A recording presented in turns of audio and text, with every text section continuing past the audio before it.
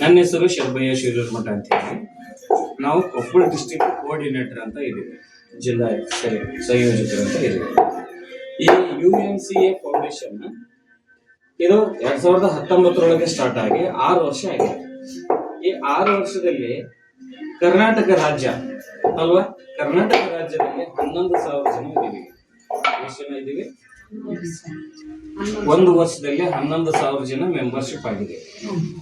ಚಲೋ ಆಗೈತಂತ ಆಗಿದ್ದಾರೆ, ಹೌದಾ? ಚಲೋ ಆಗಿದೆ. ಈ ಸಂಸ್ಥೆಯಲ್ಲಿ 6 ಲಕ್ಷ ಜನ ಇದ್ದೀವಿ. ಸಂಸ್ಥೆಯಲ್ಲಿ ಒಟ್ಟಾರೆ ಭಾರತ ದೇಶದಲ್ಲಿ 6 ಲಕ್ಷ ಜನ. ಸಂಸ್ಥೆ ಬೆಳೆದತ್ತ ಇಳ್ದತ್ತ?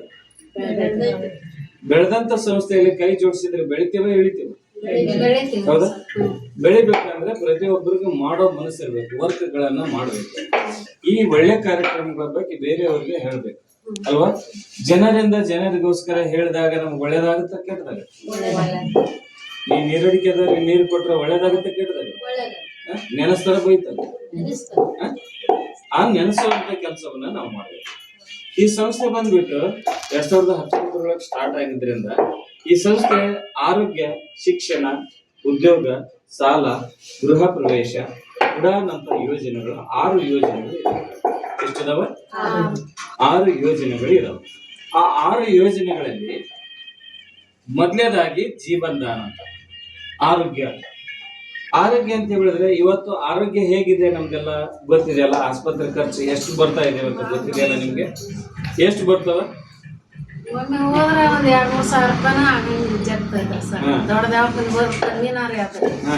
ಇಲ್ಲೇ ಸಣ್ಣ ದವಾಖಾನೆಗೆ ಹೋದ್ರೆ 1,000 ರೂಪಾಯಿನ ಬೇಕು ಸರ್. ಸಣ್ಣ ದವಾಖಾನೆಗೆ ಸುಮ್ನೆ ಕೆಮ್ಮಿದ್ರೆ 1,000 ರೂಪಾಯಿ ಅಲ್ವಾ? ಅರ್ಥ ಆಗ್ತದೇನ? ಇನ್ನು ನಮ್ಗೆ ಗ್ಲುಕೋಸ್ ಜಾಸ್ತಿ ಅದ, 2 ದಿವಸ ಅಲ್ಲಿ ವಸ್ತಿ ಇಟ್ಕೊಂಡಾರಂದ್ರ ಎಷ್ಟು ಹೋಗುತ್ತೆ?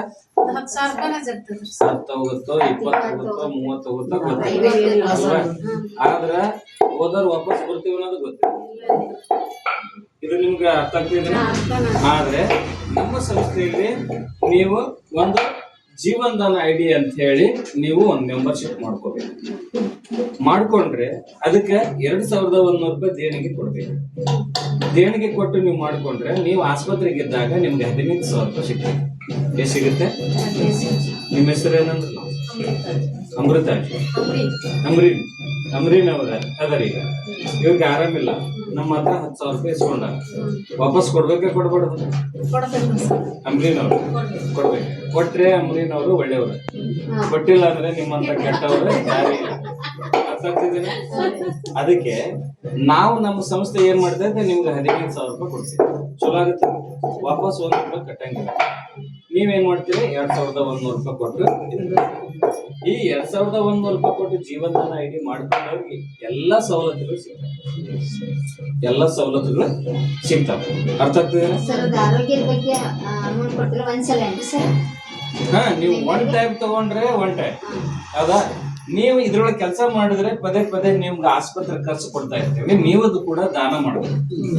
ದಾನ ಮಾಡ್ಬೇಕಂತಂದ್ರೆ ಹಿಡಿ ಕೊಟ್ಟು ಪಡಿ ಪಡ್ಕೊಳ್ಳೋದು ಕೆಲಸ. ಈಗ ಸಣ್ಣದಾಗಿ ಕೊಡ್ತೀವಿ, ನಿಮ್ಗೆ ಎಷ್ಟು ಕೊಡ್ತೀವಿ? 7 ಪಟ್ಟು ಕೊಡ್ತೀವಲ್ಲ ನಾವು. 2,100 ರೂಪಾಯಿ ನೀವು 1 ಟೈಮ್ ಕೊಡೋದು. ಸಂಸ್ಥೆ 14,000 15,000 ನಿಮ್ಗೆ ಕೊಡ್ತೀವಿ. ನೀವೇನ್ ಮಾಡ್ಬೇಕು? 100 ರೂಪಾಯಿ 200 ರೂಪಾಯಿ ಬೇರೆಯವ್ರಿಗೆ ಆರಾಮಿಲ್ದಾಗ ಒಬ್ಬೊಬ್ಬರಿಗೆ 10 ರೂಪಾಯಿ ಕೊಡ್ಬೇಕಂತ ಕೇಳ್ತೀವಿ ನಾವು. ಆರಾಮಿಲ್ದಾರ ಅಂತ ಹೇಳಿ ಒಂದು 15-20 ಜನ ನಿಮ್ಮಲ್ಲಿ ಅಪ್ಲಿಕೇಶನ್ ಹಾಕ್ಯಾರ. ನಮ್ಮಲ್ಲಿ ತೊಂದರೆ ಇದ್ದವ್ರು ಅಪ್ಲಿಕೇಶನ್ ಹಾಕ್ತಾರೆ, ನಮ್ಗೆ ರಿಕ್ವೆಸ್ಟ್ ಹಾಕ್ತಾರೆ. ಅವ್ರಿಗೆ ಓಕೆ ನಾವು ನಿಮ್ಗೆ ಸಹಾಯ ಮಾಡ್ತೀವಿ ಅಂತ ಸಹಾಯ ಮಾಡ್ತೀವಿ. ನಿಮ್ಗೆ 10 ಜನಕ್ಕೆ ನೀವು ಸಹಾಯ ತಗೊಂಡವ್ರಿಗೆ ಖುಷಿ ಆಗುತ್ತೆ, ದುಃಖ ಆಗುತ್ತೆ. ನೀವು ಮತ್ತೆ ಒಬ್ರಿಗೆ ಹೇಳ್ತಿರೋದಲ್ಲ. ನೀವೇನ್ ಮಾಡ್ಬೇಕಂದ್ರೆ ನಿಮ್ಗೆ ಅನಾರೋಗ್ಯ ಹೊಂದಿದಾಗ ನಿಮ್ಗೆಲ್ಲ ಸಿಗ್ಬೇಕಂದ್ರೆ ನೀವು ಅವಾಗ ತಿಂಗಳಿಗೊಮ್ಮೆ, ವಾರಕ್ಕೊಮ್ಮೆ 100 ರೂಪಾಯಿ 200 ರೂಪಾಯಿ ದಾನ ಕೊಡ್ತೀವಿ. ದಾನ ಕೊಟ್ರೆ 10 ಜನರಿಗೆ ದಾನ 10 ರೂಪಾಯಿ ಕೊಟ್ರೆ ಎಷ್ಟಾಗುತ್ತೆ? 100 ರೂಪಾಯಿ ನೀವು ಸಹಾಯ ಮಾಡಿದ್ರೆ ನಿಮ್ಗೆ 1,000 ರೂಪಾಯಿ ಕೊಡ್ತೀವಿ. 10,000 ರೂಪಾಯಿ ಕೊಡ್ತೀವಿ. ಏನ್ ಕೊಡ್ತೀವಿ? 100 ರೂಪಾಯಿ ನೀವು ಸಹಾಯ ಮಾಡಿದ್ರೆ ನಿಮ್ಮ ಕಷ್ಟ ಕಾಲಕ್ಕೆ ನಾವು 10,000 ರೂಪಾಯಿ ಕೊಡ್ತೀವಿ. ಅಂದ್ರೆ 1,000 ರೂಪಾಯಿ ಸಹಾಯ ಮಾಡಿದ್ರೆ ಅಂದ್ರೆ 1 ಲಕ್ಷ ರೂಪಾಯಿ ಕೊಡ್ತೀವಿ. ಚಲೋ ಆಗತ್ತ ಕೆಟ್ಟದ? ಮೊದಲು ಮಾಡ್ಕೋಬೇಕಾದ್ರೆ ದಾನ ಕೊಡ್ಬೇಕ ಕೊಡ್ಬಾರ್ದು? ಕೊಟ್ರೆ ಒಳ್ಳೇದಾಗುತ್ತೆ. ಇದ್ರ ಸಂಸ್ಥೆ ಉದ್ದೇಶ ದಾನ, ಧರ್ಮ, ನೀತಿ, ಪ್ರಾಮಾಣಿಕತೆ ನಮ್ಮಲ್ಲಿ ಇರ್ಬೇಕು.